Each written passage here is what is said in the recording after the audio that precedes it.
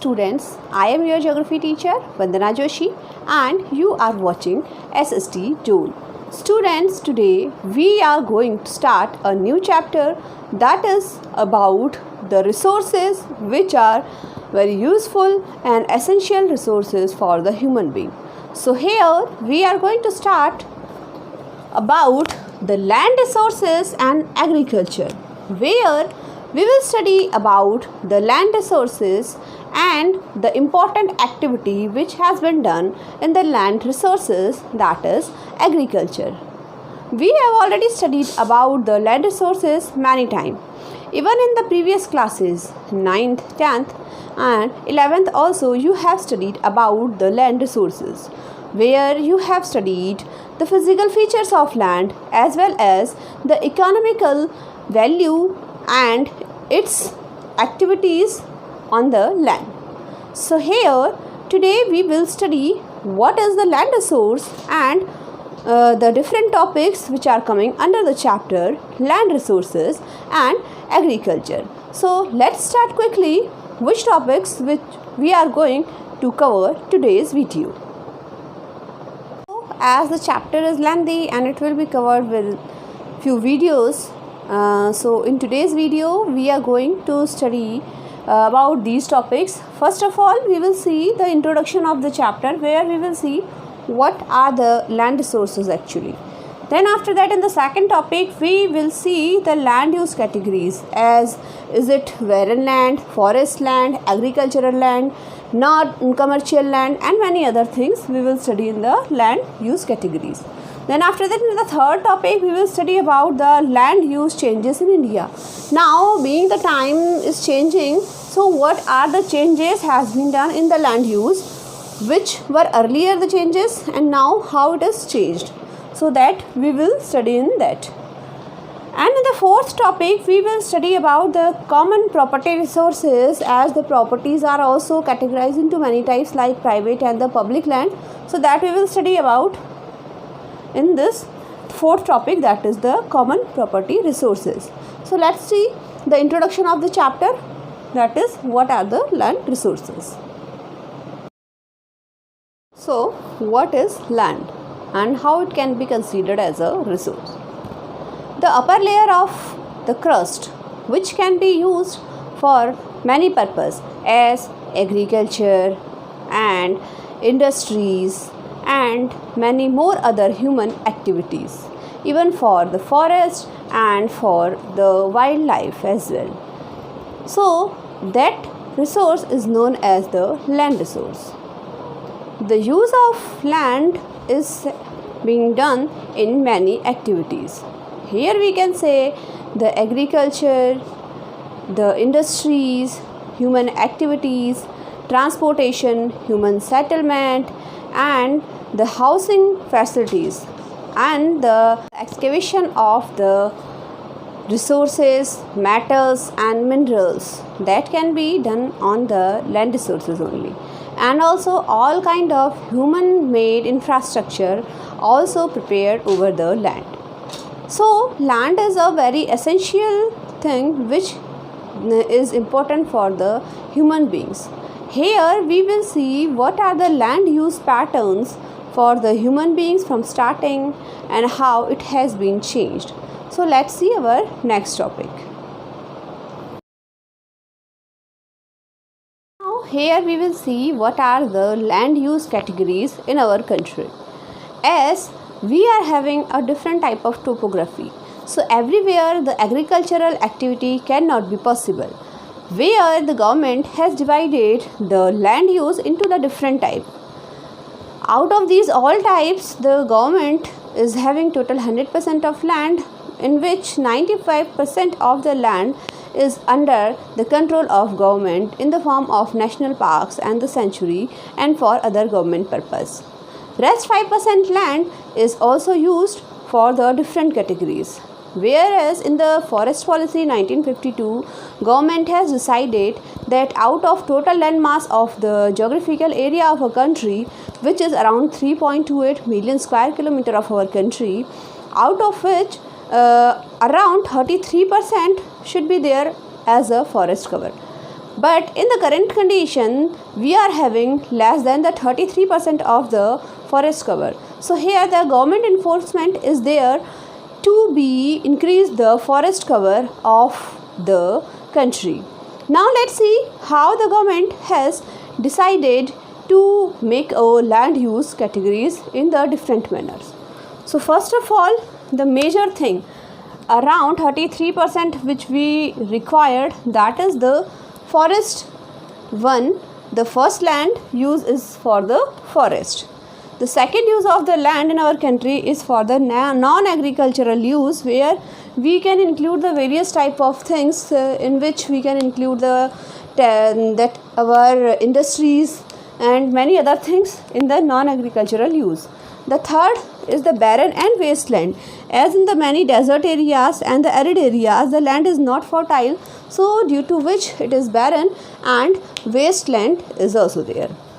Then permanent pasture, as our country is based upon the agricultural and the animal based industries also, so the pastures and the grazing fields are also required, out of which many pastures are there which are known as the permanent pasture. In Uttarakhand also these are known as the bugyals. Then after that the miscellaneous parts, in which we can include the housing societies and many others use are there for the miscellaneous part of the land use. Then after that, the current fallow is also a part of the land use, and the current fallow is also of two types. One is the current fallow, and fallow other than the current fallow is also a type of the land use. Then after that, we are having some cultivable wasteland, which is not for the agricultural use, but it is for the different purpose. So it is also a part of the land use category. And rest, which is very few part of the all geographical area of our country, that is for the net zone area for the agricultural purpose. So here now we will see about these all parts in detail about the all land use categories. So students, as we know that land use records are maintained by Land Revenue Department. Here the Survey of India is responsible for measuring geographical area of administration units in India. As already I told you, according to the Indian Forest Act of 1952, the forest is divided into three parts, that is the reserved, conserved and the village forest, out of which the 95% is under the government procedure, and then after that the 5% rest, the 5% is out of which 3% is for the gram panchayats and 2% is for the village use. And here if we will go through the categories which are divided by the forest survey, here the forest areas identified and demarcated by the government for forest growth. As I already told you that the forest cover area should be around 33%, but it is not appropriate. It is around 22.98% till now, and that we should increase the forest cover by planting more and more trees. So for that the forest is the first use for the land, and then after that the second, if you will see, that is the land which is put to non-agricultural use, like it is built up area under settlements, infrastructure and industries for the housing, schools, buildings and many more. Then the barren and wasteland, the areas, or we can say the land which cannot be brought under cultivation with available technology, known as the barren land, especially it is in the hilly and the desert areas. Here we can also say the barren and wasteland refers to that land which cannot be brought under cultivation practices even with the use of present technology. Next is the area under permanent pasture and grazing land. As I told you, around 2% is for the village use, where the villagers are having the permanent pastures and the grazing areas for their cattle. So it is the 2% area which is coming under the permanent pasture and the grazing land. and it is coming under the common property resources, where it is a public type of property. Then after that, area under miscellaneous trees, crops and groves. So mostly private owned orchards and the fruit trees are also can be included in the type of miscellaneous type of land, and which is specially coming under the private type of property. It is also we can say that many type of private farms, private gardens are also coming under in these. And then after that, the cultivable wasteland, the land which is left fallow or we can say uncultivated for more than 5 years is known as the cultivable wasteland, and it can be reclaimed for the cultivation. Then after that, the current fallow. What is the current fallow? Land which is left uncultivated for 1 or less than 1 year to regain fertility through natural process is coming under the current fallow. And then after that, the fallow other than current fallow, the land which is left uncultivated for more than 1 year but less than 5 years is coming under the fallow other than the current fallow. Then the last one is the net sown area, the physical extent of land on which crops are sown and harvested, means the total agricultural area in which currently the agricultural process is going on is known as the net sown area, and also we can say the agricultural area.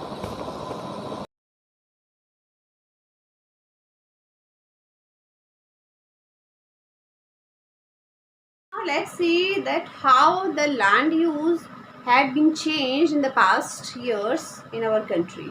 As we know, the land is divided into various parts, but now that has changed. Here we can see that due to many human activities, as the population is increased and the requirement of the food grains for the housing and other type of facility, more and more land is required, due to which now we are having the different land use patterns, in which there are few responsible factors due to which the land use is changed in our country. Let's see that first is the size of economy. As there is a development in our economy in past few years, if you will see the economy which was earlier only depend upon the agricultural activities, now that is based upon the different type of activities, especially upon the technology and the tertiary type of activities. So here one responsible factor for the land use pattern and behind the land use pattern, so that is the size of economy. Then second factor if we will discuss, that is the composition of economy. As the economy is not only based upon only one activity, there are a different type of human and technical activities are as well behind every type of activity. So the composition of economy is also a responsible factor behind the land use pattern in our country. Here we can say the particular activity earlier, due to the lack of technology, the economy level was not up to the mark. But here now there are a lots of developed technology, due to that the agricultural process is also increasing in many ways, and also it is giving a good boom in the economy of our country. And the next thing is that continued pressure on the agricultural land. Here we can say, as the population which was nearly around 35 crore during the independence, now it is more than 100 crore. It is around 130 crore in our country. In few years only the population is just on this explosion type of condition, where we can say due to the increasement of population, the demand of the food grains is also increased, because the food is the basic need for the human beings. So if the food requirement is also increased, so definitely the pressure is on the agricultural activities. So the land which was earlier in the forest cover, now it has been cutted and now changed into the agricultural farms, due to which we can fulfill the requirement of the human being. So here a kind of continued pressure on the agricultural land to increase more and more production for the human beings. Now these all factors we will study in detail, and we will also check out some more data which are telling about the land use change in country. So here we know that land is a fixed asset and its use is influenced by nature of economic activities carried out in a region, but the activities may change over the time. There are three types, as already I have shown to you, which are very important, and also we can say these are changing the economy of our country and which affect the land use pattern as well. These are the size of economy, composition of the economy, and continued pressure on agricultural land. Here the size of economy refers to the growth over time as a result of increasing population, change in income level, technology, etc., leading to increase on the pressure of land and thereby bringing the marginal lands under use. Second, we can say the composition of economy, that is the changes over time. Secondary and tertiary sectors grows faster than primary sector, which resulting in a gradual shift of land for agricultural use to non-agricultural use. Then third is the continued pressure on agricultural land. Though the contribution of the agricultural activity is reduced over time, the pressure on agricultural land does not decline as the share of population depend on agriculture decline very slowly. The number of people to be fed is increasing day by day. Just refer to the given bar graph in which we can see the changes in shares of land use categories in India around 1960 to 61 and 2008 to 2009, where the grey one is showing the 1960 to 61 and the black one is showing 2008 to 2009. So the changes reported have been derived with respect to reporting area, and a decline in one category usually leads to an increase in some other categories. So here the forest cover is also increased by forcing the government forest policy, but the areas of the agricultural net zone areas are also increased within these years, and many other areas are also decreased. As if you will see, the barren and wasteland is decreased, the permanent pasture and tree crops decreased, cultivable wasteland decreased, fallow other than current fallow is decreased.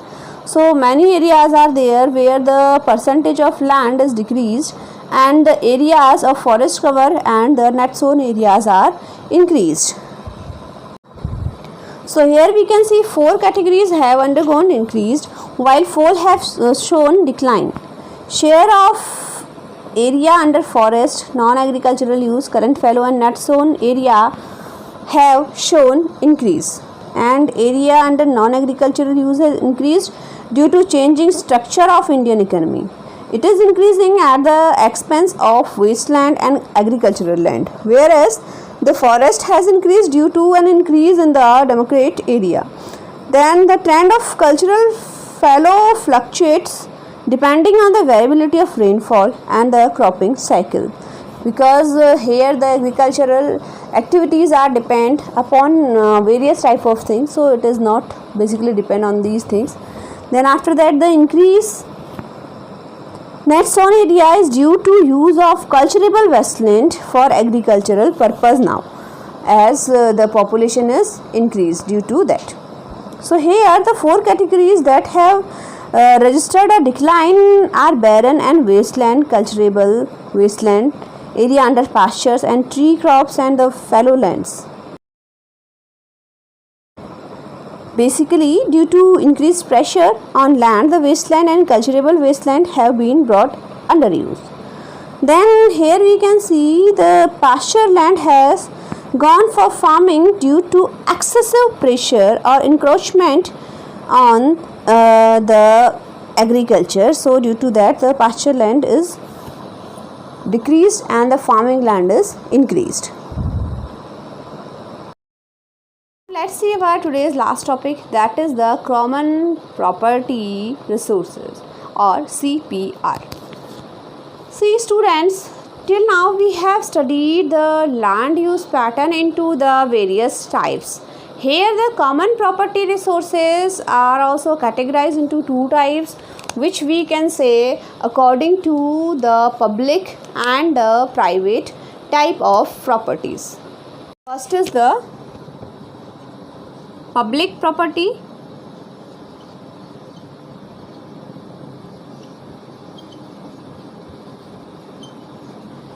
Second is private property.